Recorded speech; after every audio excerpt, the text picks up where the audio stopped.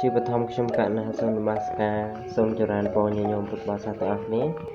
មកជានេះរវល់ដោយសារតែចូលឆ្នាំប្រពៃណីជាតិរបស់យើងអញ្ចឹងទៅក៏អត់បានថតវីដេអូនៅក្នុងការចែករំលែកញាតិញោមពុទ្ធបរិស័ទទាំងអស់គ្នាស្ដាប់ប៉ុន្តែឥឡូវនេះខ្ញុំកណ្ណាថតភាពមកចែករំលែកទាក់ទងជាមួយនឹងសត្រាស្លឹករឹតដែល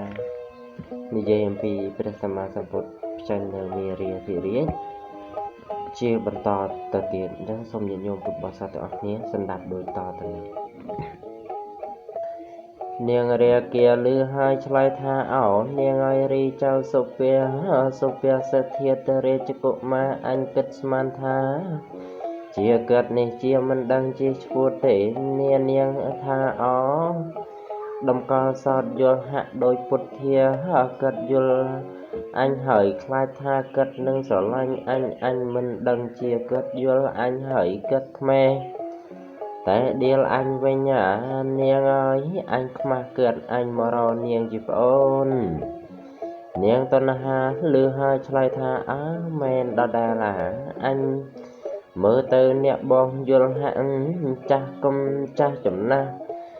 សាអូកែសៅកែបន្តិចហើយបើគិតទៅយល់តែខ្ញុំឯងហាក់ជាក្រមុំល្អបន្តិចនាងរាគាថា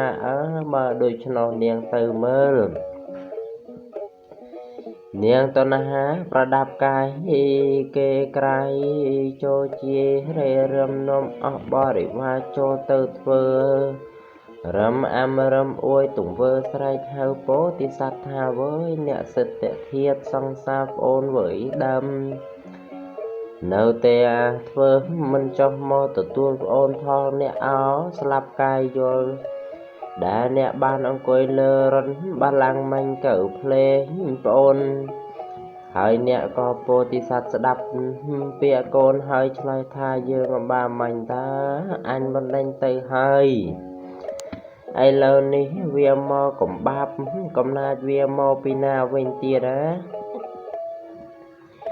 នាងតណ្ហាឮហើយឆ្លើយថាខ្ញុំឯងឈ្មោះនាងតណ្ហាអំបាលមាញ់អញបណ្ដេញទៅហើយតើឥឡូវនេះវាមកទៀតហើយមេហើយចេញទៅវិញហើយចេញទៅណាអញស្អប់មុខមេណាអញខ្ពើមមុខនោះឧបមាបីដូចសម្រាមជ្រឹមក្រោមផ្ទះគឺបុគ្គលឯណាស្អាតកាន់នៅច្រាស់ទៅក្រវៀសបោបងម្សៀតណាអញស្អប់មុខមឹងនោះឧបមាដូចហងឯនាងតណ្ហាក៏ខ្មាស់អាត្មាហើយនឹងចូលទៅទៀតប្រមាណឡើយក៏លីលាវវិញទៅកាន់នាងទាំងពីរឯនាងគង់ប៉ាវដណ្ដឹងអ្នកទាំងឡាយក្រែងអ្នកទាំងឡាយឯណាដឹងកំណត់គេបញ្ចុះព្រះសិរីរកធាតុនោះខ្លាដឹងហើយ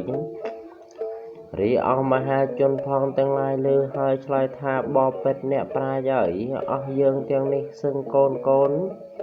ពុំដឹងឡើយអញ្ញាស្ដាប់ហើយត្រឡប់វិលមកទូលព្រះមហាក្សត្រាបបិទ្ធព្រះសម្មាទិទេពមហារាជសត្វថ្លៃប្រសើររីឥឡូវនេះយើងខ្ញុំចេញទៅ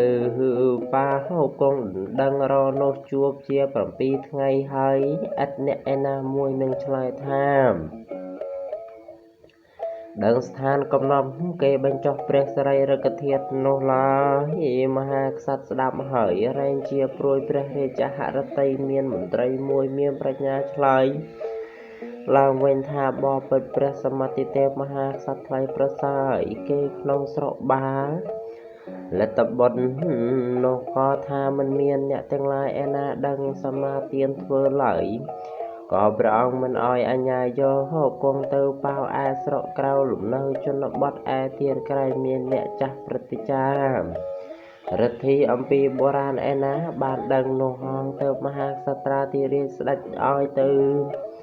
ខ្ញុំមានអ្នកទាំងឡាយឯណាដឹងស្ថានលំនៅឯគេបញ្ចុះព្រះសិរីរកធាតុនោះតើនៅឯណាគ្នាយើងអើយចាប់ផ្ដើមអំពីអញហើយឃើញសុពណ៌បាទុកនោះហើយវាកើតក៏ឡាហរវល់ក្នុងចិត្តចង់ឲ្យបានលើកឆាប់ រីអស់មុខមន្ត្រីភារីបណ្ឌិតព្រាមព្រឹទ្ធបរោហក្រាបបង្គំទូលថា